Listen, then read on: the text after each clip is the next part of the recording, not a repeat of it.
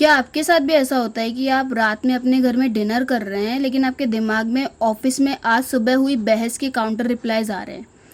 आप बिस्तर पर लेटे हुए हैं लेकिन आपका दिमाग सोच रहा हो कि मुझे उस वक्त इस वाली बात का ये जवाब देना चाहिए था, तो उसका मुंह ही बंद हो जाता। अगली सुबह ऑफिस जाने के लिए कपड़े पहनते वक्त भी आप यही सोच रहे हैं कि अगली बार उसने कुछ ऐसा कहा या किया तो उसको किस तरह मुंह तोड़ जवाब देना है। आप फिजिकली तो ऑफिस में नहीं होते लेकिन आपका दिमाग उसी जगह पर उस पर्सन के साथ बहस करते हुए फंसा ही रह जाता है।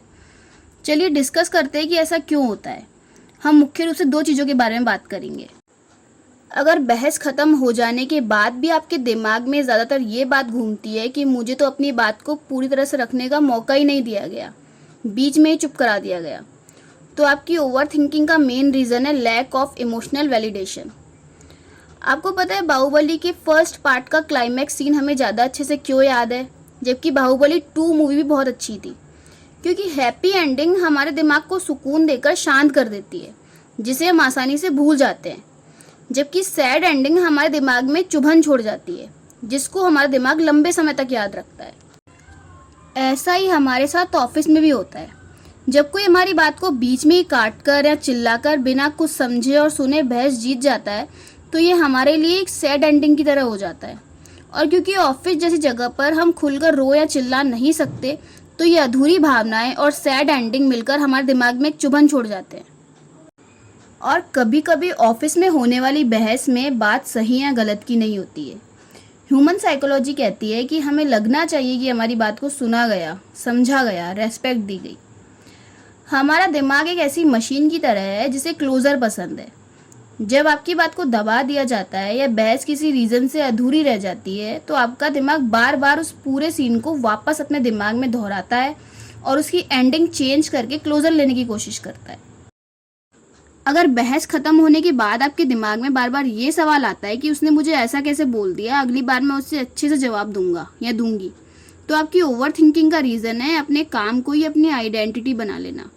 साइकोलॉजी में इसे ओवर आइडेंटिफिकेशन विथ वर्क कहते हैं या फिर ईगो फ्यूजन कहते हैं। मान लीजिए पूजा नाम की एक लड़की है और वो किसी ऑफिस में रिसेप्शनिस्ट का काम करती है, और वो इस तरह डूबकर अपना काम करती है कि उसने उस रिसेप्शनिस्ट की पोस्ट को ही अपनी पहचान बना लिया है।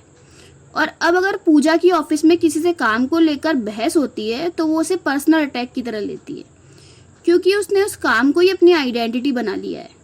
जब काम एक जरिया न रहकर आपकी पूरी पहचान बन जाता है, तो ऑफिस में हुई एक छोटी सी हार भी ऐसे लगती है जैसे आपकी पूरी काबिलियत दांव पर लग गई हो। बात आपके ईगो पर आ जाती है और आप उसे भूल ही नहीं पाते। आपके साथ हमेशा ऐसा होता होगा कि अगर आपके वर्क प्लेस पर सब सही चल रहा है तो आप घर आकर नॉर्मल रहते हैं, लेकिन जहां आपके ऑफिस में किसी काम में कोई प्रॉब्लम आई या किसी से लड़ाई हुई, तो घर आने के बाद आपके दिमाग में लगातार ऑफिस की बातें घूमती रहती होंगी। ऐसा तब होता है जब आप ऑफिस के बाहर की अपनी पहचान ही खत्म कर देते हैं और अपनी पूरी आइडेंटिटी उस ऑफिस के नाम और अपनी पोजीशन से जोड़ लेते हैं, और इस तरह ऑफिस में हुआ कोई छोटा सा इंसिडेंट भी आपकी मेंटल पीस खत्म कर देता है। अब वीडियो को इस बात पर ख़त्म करते हैं कि आपका काम आपकी लाइफ का हिस्सा है, आपकी पूरी लाइफ नहीं है। हो सकता है आपका पॉइंट सही हो, लेकिन हर किसी से वैलिडेशन लेना आपकी जिम्मेदारी नहीं है।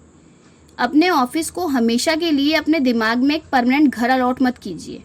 याद रखिए, my job is what I do, it is not what I am. जाते जाते मुझे कमेंट में बताएं कि क्या आपके साथ या आपके किसी दोस्त के साथ ऐसा कुछ हुआ है, और वीडियो को उनके साथ शेयर कीजिए जो इस परेशानी से गुजर रहे हैं। Take care of your mental health. See you in next video.